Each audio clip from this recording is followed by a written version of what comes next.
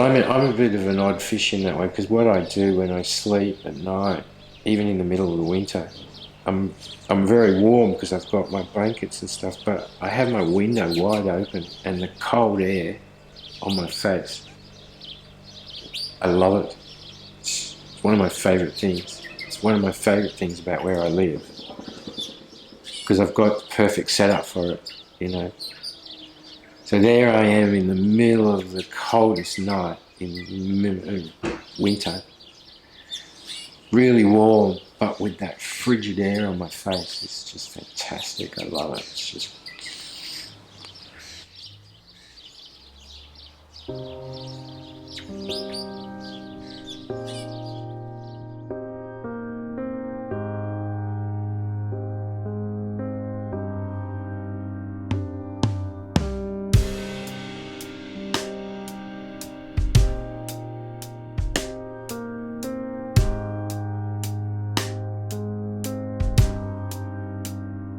I thought it can't hurt to go out one more time.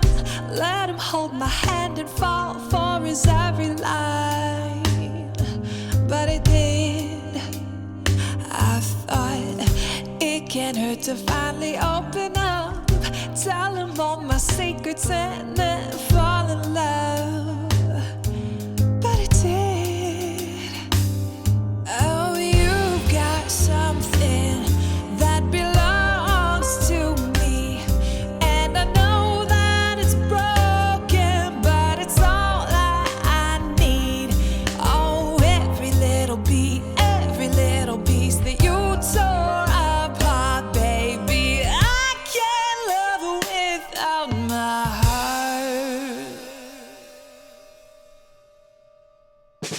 I know I'm a sucker and I fall too hard for your tricks, your half-truths, and all your moves. Yes, I did. Although big or small, every lie's a lie, not just in the eye of the guy who makes you swoon. Yes, it is. Oh, you've got something that belongs to me, and I know that it's broken, but it's all that I need. Oh, every little beat, every little piece that you tore apart, baby. I can't love without my heart. I mean, I really think, you know, it sounds lazy, but I think ease is really important, you know. If you're dying a death, you know, really killing yourself to produce, to make something, I mean, that's the sort of thing I used to do when I was a younger man, you know, and so this heroic aspiration or something. But I really, now at this point in my life, I really think ease is I think I might have moved the camera, it doesn't matter. You know, and then I I went at it with a jigsaw, started cutting it up, and that was really interesting. That was really interesting because I really changed it. Suddenly it was like kind of this jigsaw puzzle. So what I did was I started photographing these small jigsaw puzzle pieces. It was an absolute mess. You know, I go in and I make this thing and it's hideous and I'm not sure what the fuck's going on and, you know, I really don't like it. And then that I get that flash of that before and after the snake, you know. Got to see the snake disappear. Then this eagle, seriously, this eagle, and I've never seen one do it, dropped into my backyard. And I'd cut off this painting. And then from there, I've just gone into this, you know, jamming on that, you know, on this photograph of paint. I mean, there's something funny about photographing paint, you know. You know, it always makes me laugh. But so, yeah, you see, you know, like that's just jamming. I mean, like,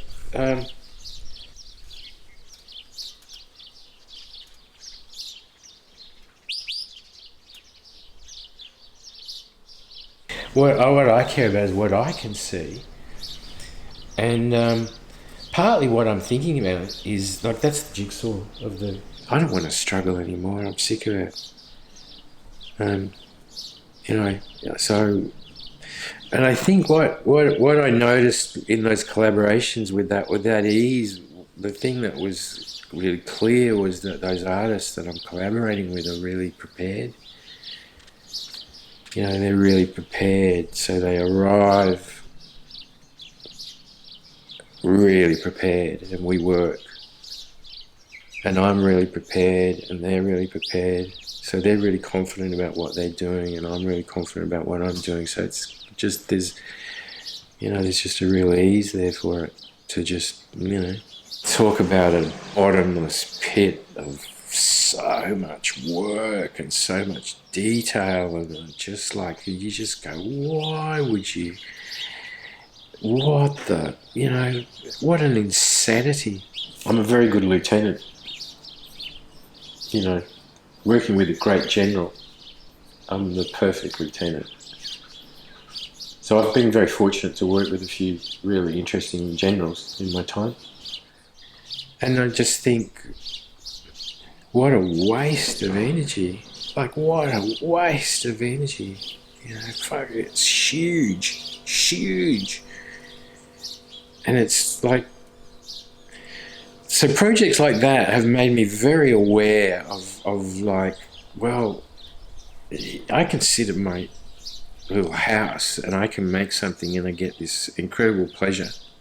But I can get close to that because I've made all the elements that make that up. It's a weird kind of paradox. And I think that's sort of really interesting.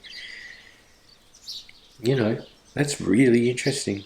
Just did a straight down vertical dive, bang, into my backyard. And I was like, wow, that's insane. And I was half expecting it to take off with the snake. But it didn't. That would have really freaked me out.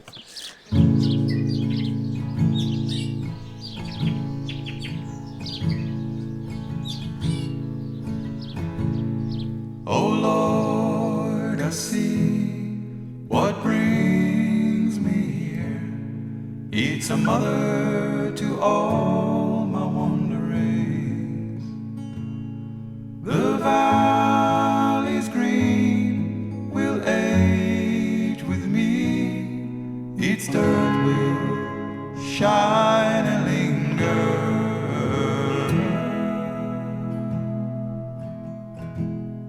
And girls will come in festive clothes, and the boys will wait a gazing, and birds will sing from tops of trees and sound like falling angels.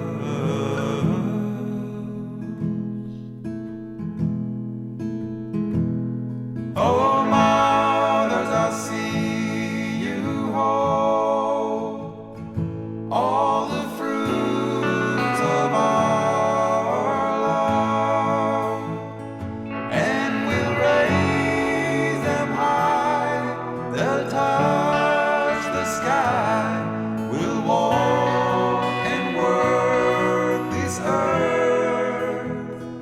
As the night falls, I'll see you home.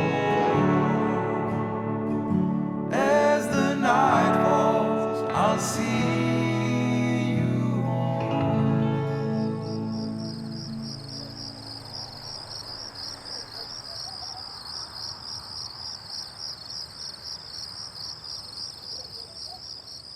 They fly into the house at night.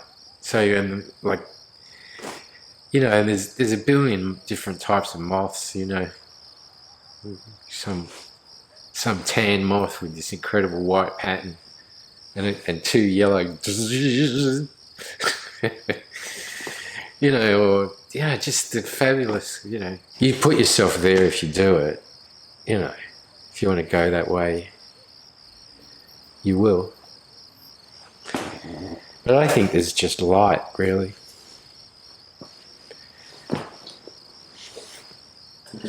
But I've seen some pretty dark stuff in my time. I've seen some people do some pretty dark. I think the light dark thing is that's a metaphor, and it's got a really long tradition. And I understand it. I do. I'm not discounting that kind of thing, but I probably just trying not to probably think that way myself, because for me it's limited metaphor in some ways. With my family, with my parents, they would always keep the net. They didn't hide things.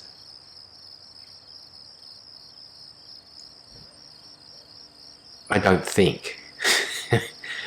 But they would always there would be the book on sex would be there at 14.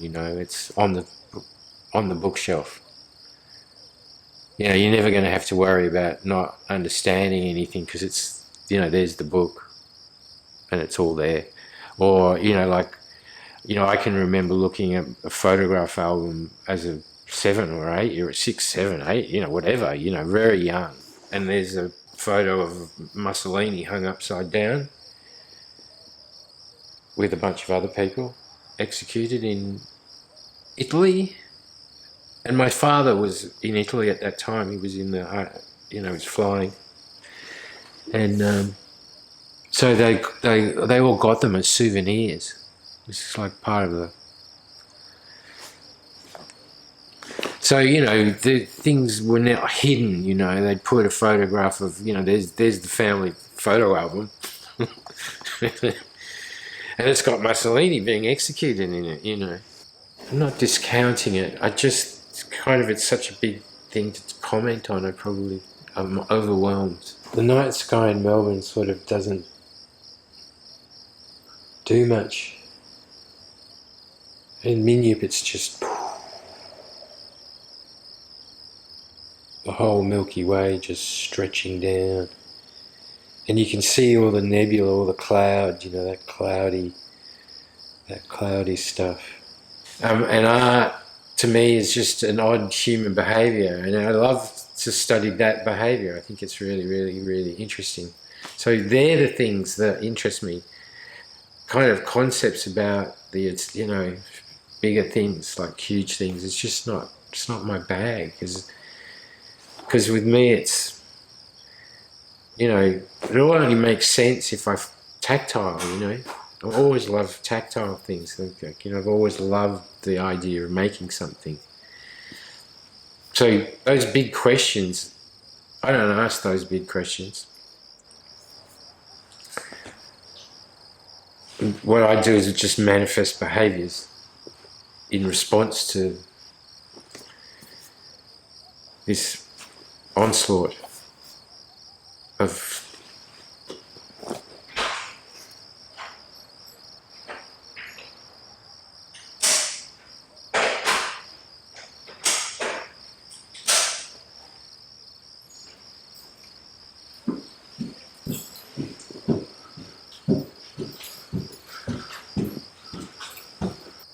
and slowly your eyes become accustomed, and you see the meteorites, you see one, and then suddenly you see another, and then another, and then another, and then finally you realize it's just teeming. And you can't spend the rest of your life, you've got to move on. There's no point hanging on to things that you couldn't. We're all hostage to our deeds, but we don't have to hang on to them.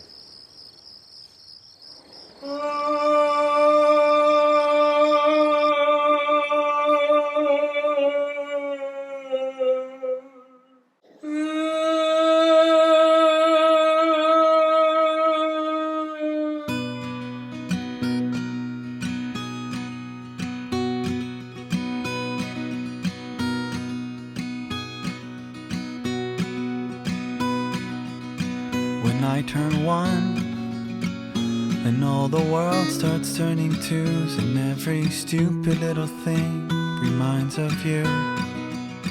When I turn 1, and that was not so long ago, they'll say I'll too and I will grow, but that takes time. When I turn 1, even the stars seem like they paired. It makes me wonder if it's fair. When I turn one, where does the world all turn into? Please tell me if the same thing's happening to you. 'Cause I told you, but you just laugh and say it's in my head. But it's all true, and after all this talk you think I'm mad. You probably think I'm mad.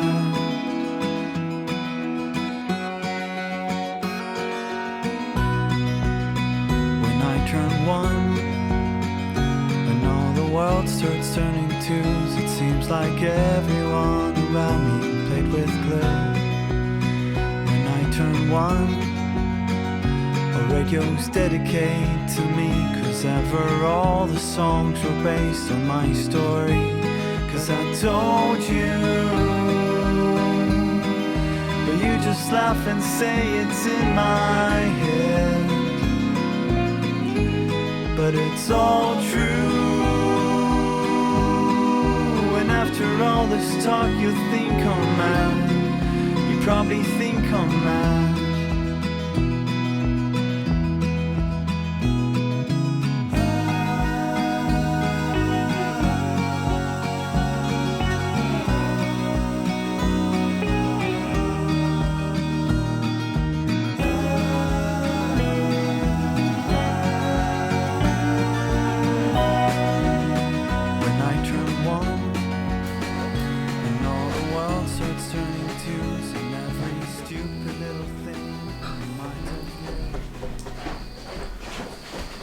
I kind of, in a funny sort of way, you know, I think art's about your childhood.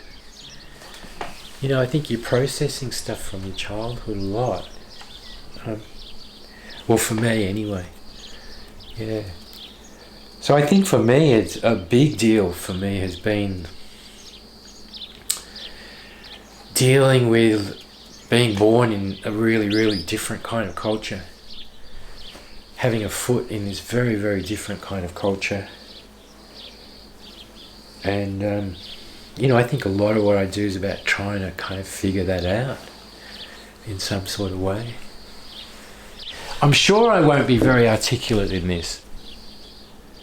I grew up in the, you know, early childhood, you know, from 1 till just after I was about 5, in Kikuyu culture, which is a part of Kenyan. It's a tribe in Kenya, the Kikuyu. So, and it was really a very, very different kind of, very tactile, very oral. People were really oral. And I always thought they were magic, you know, I had this weird thing that I thought they were magic. You know, I thought they could do magic. I thought they could disappear in the dark. Because, I mean, it sounds really stupid, but, you know, they've got very black skin, you know, and as the darkness happens, because we didn't have electricity, we had hurricane lanterns. And it seemed to me that they used to disappear in the dark. And that all I'd be able to see is these incredible smiles, you know, these amazing smiles, flashing. I felt that people there cared for each other in a way that we don't. And I think that might be something to do with the genocide. And I've never had wealth. So it's, you know, I've kind of had to make art from limited resource, you know, because people didn't have you know, I feel like there was a valuing that we don't sort of have. Yeah. So I was really, you know, men embrace. She's got canvas just hanging all over around the walls, and she's just throwing paint at this stuff, you know, and she's got the wherewithal to do it. And there's another one in Berlin that's like that. And I just think, yeah, well, they kiss each other It's not sexual. It's just an embrace, you know. It's a caring, it's a loving. I thought that was just, you know, just amazing. I think in a deep way, you know, I mean, I think there's a rising academy of art, the new academy I call it.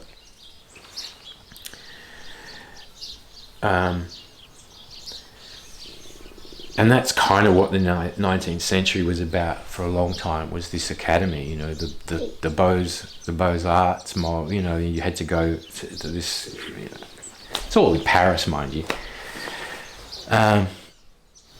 Yeah, art was really academic, you know, academic art of the 19th century. And now we're having the bookended version of academic art in the 21st century. But I think maybe that's what's happened now, is because I've been able to really devote more time, you know, like I'm not working anymore. I can, you know, it's been like the floodgates opening up, and they have a red carpet thing and they take photos against those backdrops that have got kind of advertising on them, which has been in Hollywood forever, quite a lot. It probably started in the 90s or 80s or something. Now it's every man's red carpet, you know, which is funny. I mean, it's funny. I'm not meaning to be awful about that, but I do find it funny. I think it's a bit, you know. But that's what I mean about every man. I mean, it's what, you know, you brought up Warhol before. You know, Warhol said, well, everybody will have their 15 minutes of fame. And I think there's a truth to that. But yeah, you know, everything seems to be a facsimile of you know, art at times. That can get me, because I think that art that I really like is really a bit idiosyncratic, or a bit, you know.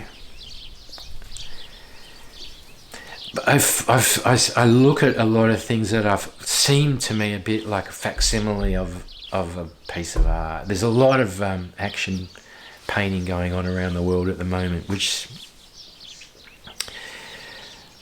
I kind of go, well, what used to be called action paintings, I don't know. But I find that a bit odd. And I'm like, wow, this guy is insane. This guy is just insane. You know, it comes across like it's deeply meaningful, because it's sort of saying something deeply meaningful about humanity or something. And I just, didn't get it. Just didn't. I just thought it was like, I'm kind of really thinking it, you know, maybe putting another little place on the back. That's because I'm going to age, and so I might need more comfort, you know. So I might build a little place. I don't know. I don't think too much about it. I mean, there's too many other things to think about, really. I don't know when it started. Probably at the turn of the 21st century, in a way. Probably 20 years ago or something like that, where people make facsimiles of that Hollywood stuff. You know, they're doing a musical at you know, some musical production of I don't know, whatever. I'll probably try. I don't know if it'll work, but I'll probably try and give it to the local council or Agnabil. Maybe. So there's a huge art trail up here to do with silos. So they might be interested. You know, they might be able to, I don't know. And it was a world, with the hurricane lamps, it was very much a world of shadows. Shadows being cast high up onto the wall. Really big shadows. So I think that's had a real impact on me, a real marked impact on me. And I think I've kind of been trying to sort that out in some sort of way, you know.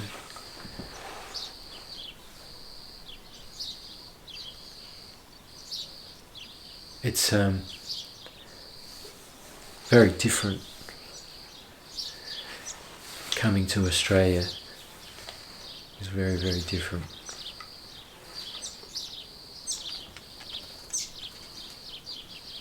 and there was always this sense of I don't know. For a couple of years when I was a child, for a couple of years, after we left Kenya, I'd sleepwalk.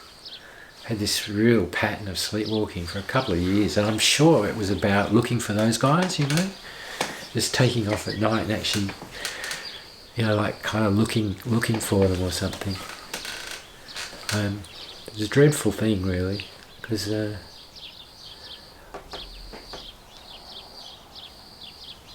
was a loss, a big loss. And, you know, I think you know, I think you deal with that stuff. And look, that's my particular story, but I think, you know, the childhood, you're processing stuff from your childhood. All artists are, I think.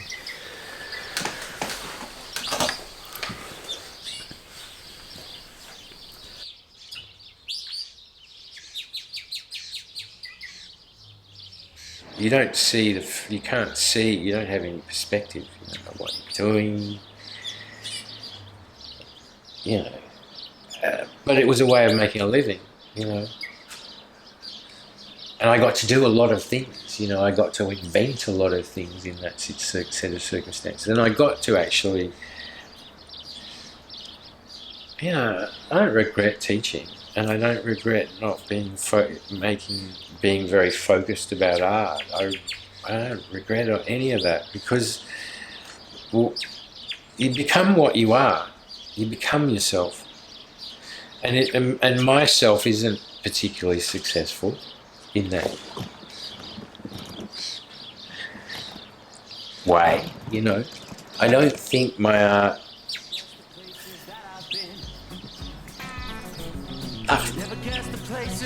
You know, I think I made a lot of crappy art. Cause everything is like a dream, yeah, but only in that dream that I live in. I'm never gonna let the day begin. Never gonna let the day begin. Cause everything is like a dream, yeah, but only in that dream that I live in. Oh, don't wake me up before you go, and I'll just make this bed my own. Oh, darling, please just let me sleep.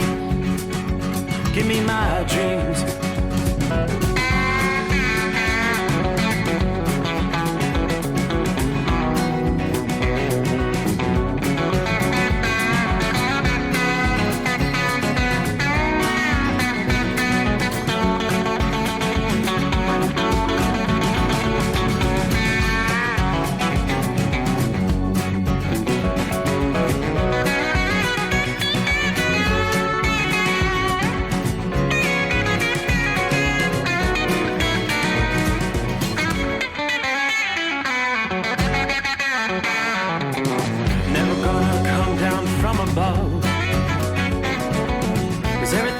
Better from above. Nothing's ever as it seems, yeah, except in that world that I dream of. Never gonna lose the ones I love. Never gonna lose the ones I love. Cause everything is like a dream, yeah, but only in that world that I dream of. Oh, don't before you go, cause I can't face this day alone. Oh, darling, please just let me sleep. Give me my dreams. Give me my dreams. Give me my dreams.